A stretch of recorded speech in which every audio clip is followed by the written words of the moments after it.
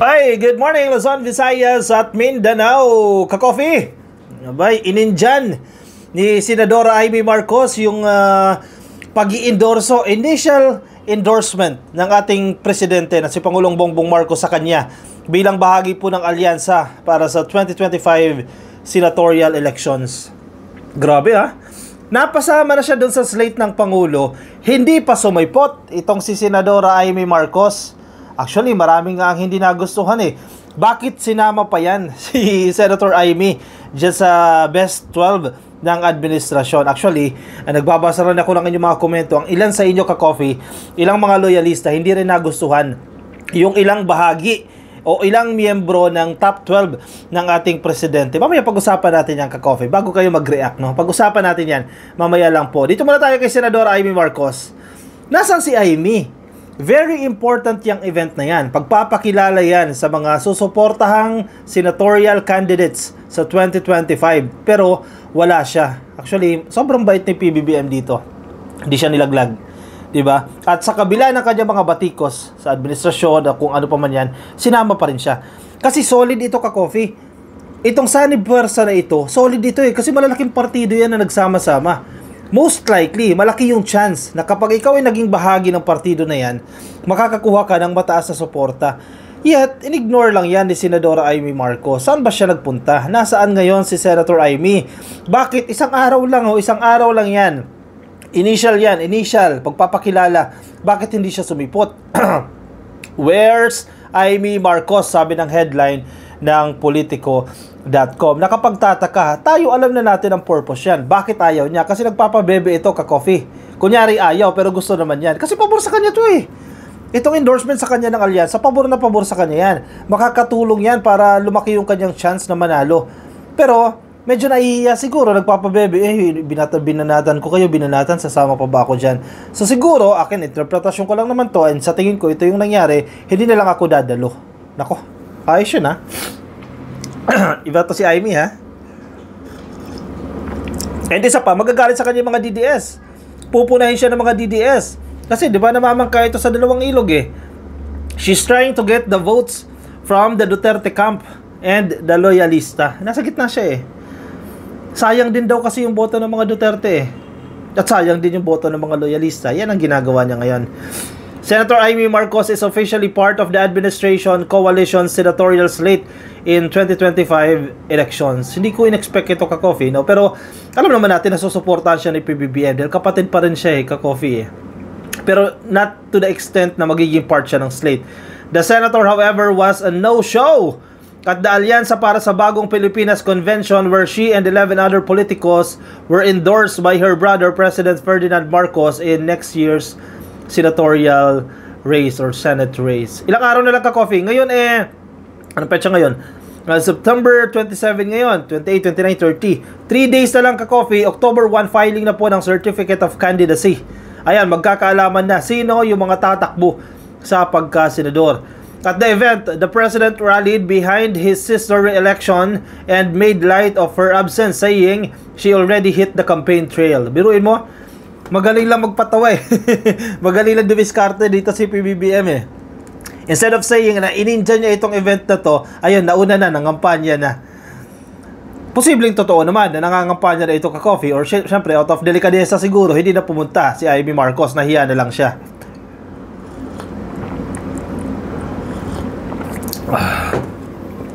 Mga kababayan, kasama din po natin si Senator Amy na naunahan na ang iba niyang mga senador at busy na nangangampanya at hindi makarating ngayong araw na ito. Sabi po ni Pangulong Bongbong Marcos in his remarks, the President spoke highly of his sister's heart for public service. Oh, biruin mo ka-coffee, sobrang bait ni PBBM. Balikan natin, isa-isahin man natin yan, yung mga pinagsasabi ni Amy Marcos against the government of his brother, di ba? Of her brother. Ang dami oh, puro negatibo. Pero si PBBM eh, good things ang mga sinasabi niya dito kay Senadora Amy Marcos. Mahal niya si Amy.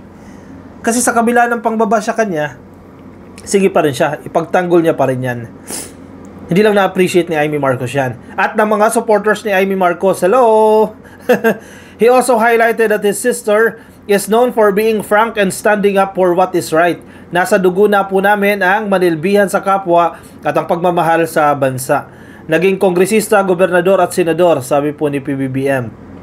Sabi rin nila, prangka daw siya. Pero ito ay pagiging prangka sa pagsabi ng totoo at ang pagkiling sa tama. I beg to disagree, ka-coffee dito. Sa kanya sigurado ang kanyang ay may solusyon, sabi ni PBBM. Itong binasa ng presidente, definitely hindi naman siya yung ano niyan.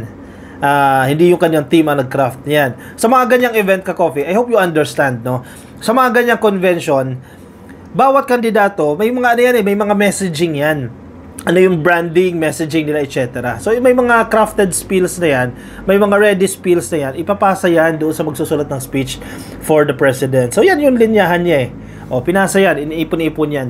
Kaya kung napakinggan niyo yung speech ng ating presidente, no, ng buo, nakaano na yan, may specific branding na yan per candidate ang ginagawa nila dyan. The two siblings are the children of the late President Ferdinand Marcos and former First Lady Imelda Marcos. Senator Amy earlier admitted she is caught between a rock and a hard place amid the falling out between her brother and her friend Vice President Sara Duterte. Nasa kanya, ka-coffee, kung kanino siya papanig, kung sino pipiliin niya among the two, di ba? Ang hirap talaga na naiipit sa kalagitnaan. Mahal ko naman ang aking kaibigan. Marami kasing magulo at ambisyoso at nagmamadali, Marcos said in a DWIZ interview on Saturday, September 21. Sino tinutukoy niya dyan? Si Amy Marcos nagsalita niya na mga ambisyoso daw at nagmamadali. Ang feeling ko naman, tinutukoy nila dyan si Martin Romualdez, si Speaker. Yan naman ang kaaway nila ng grupo nila Inday Sara Duterte.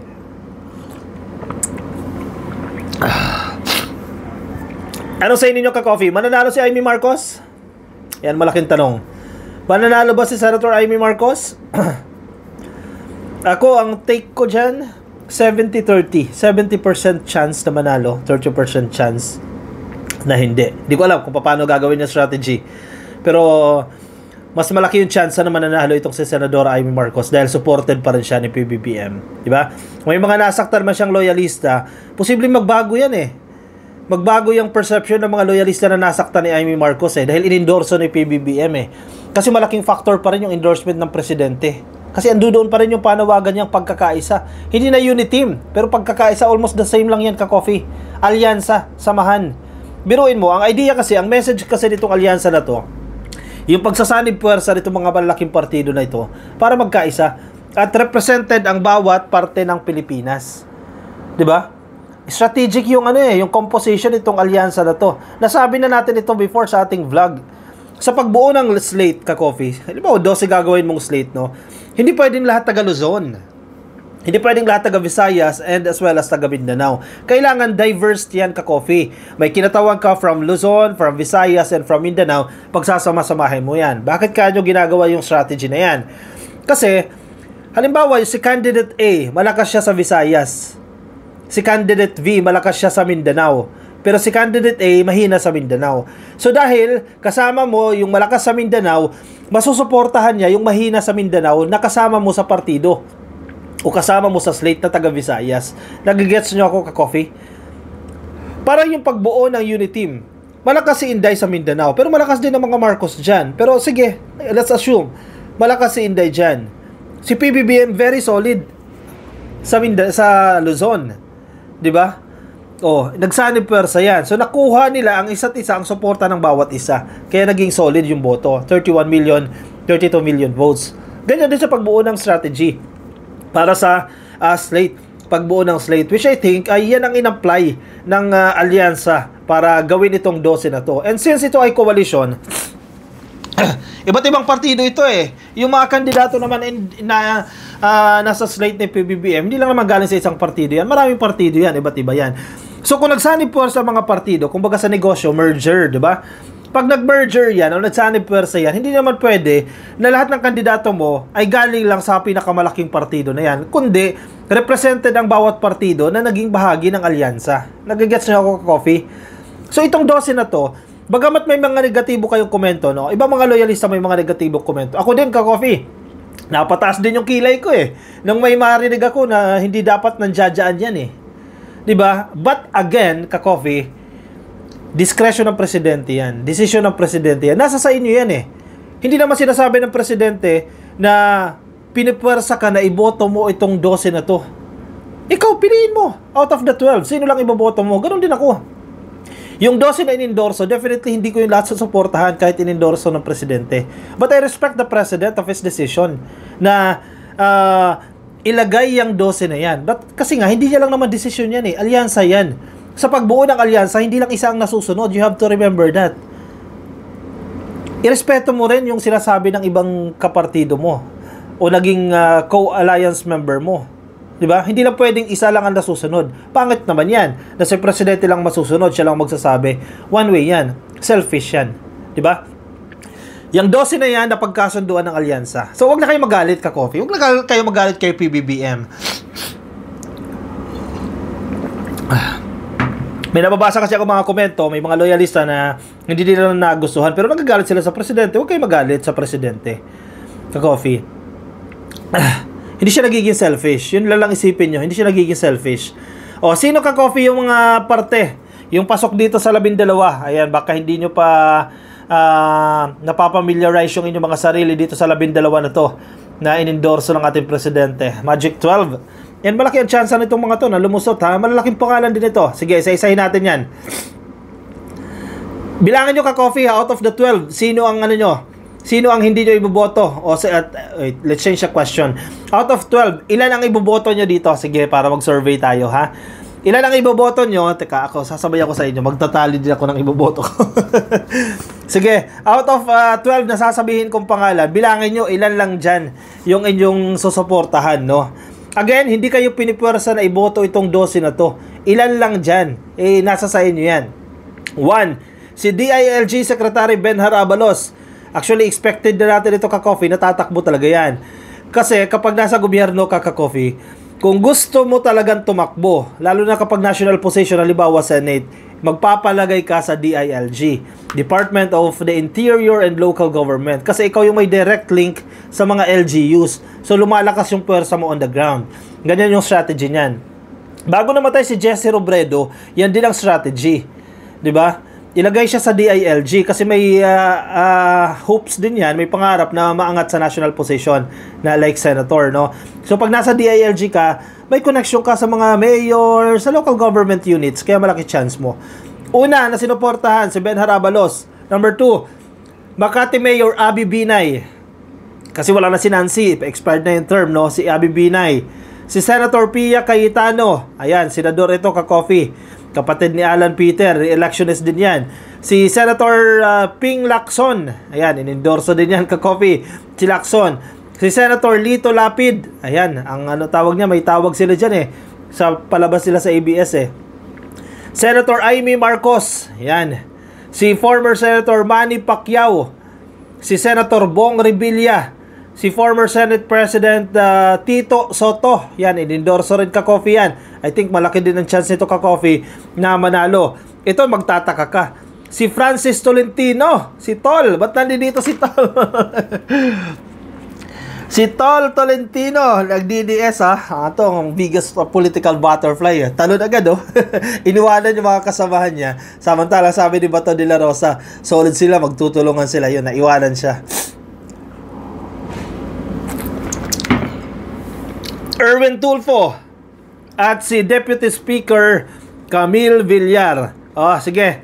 Out of 12 Ka-Coffee, sino ang iboboto ninyo o ilan ang iboboto nyo? Sige, ilagay dyan sa ating comment section para mabasa ng iba nating mga Ka-Coffee. Ako, as of the moment, Ka-Coffee, hindi pa ako convinced sa ilang kandidato.